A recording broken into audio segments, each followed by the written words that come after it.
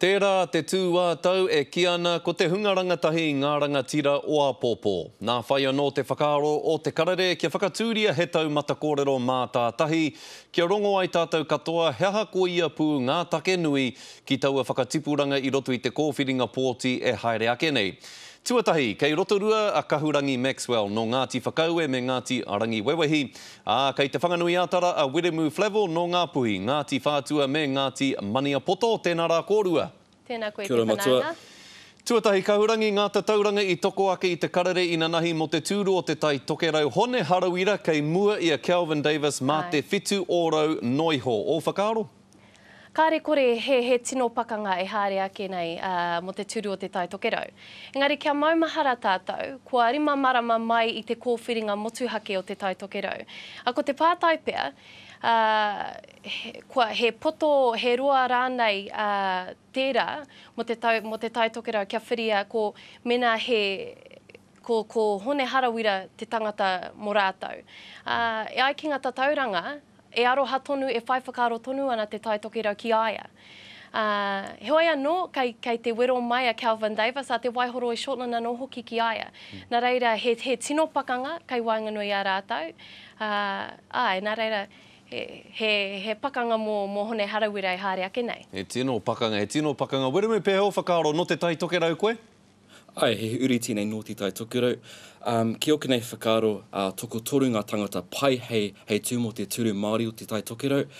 Ko hone harawira te rangatira mo te Pāti mana. E pai ana ki te aki e etahi o ngā hunga pere i te hunga rangatahi me te hunga rawa kore. Tuarua ko Kelvin Davis, he tūmu aki ia i ngā wā mua.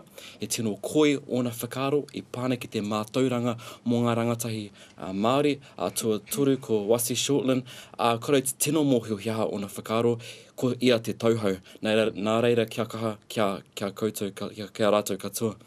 Wiremu, me kōrero mo te tau tohe i Wainganui a Phil Goff rawa ko John Key i Nāpō i rungi i te reo tātaki. Ki o whakaaro ko wai i toa?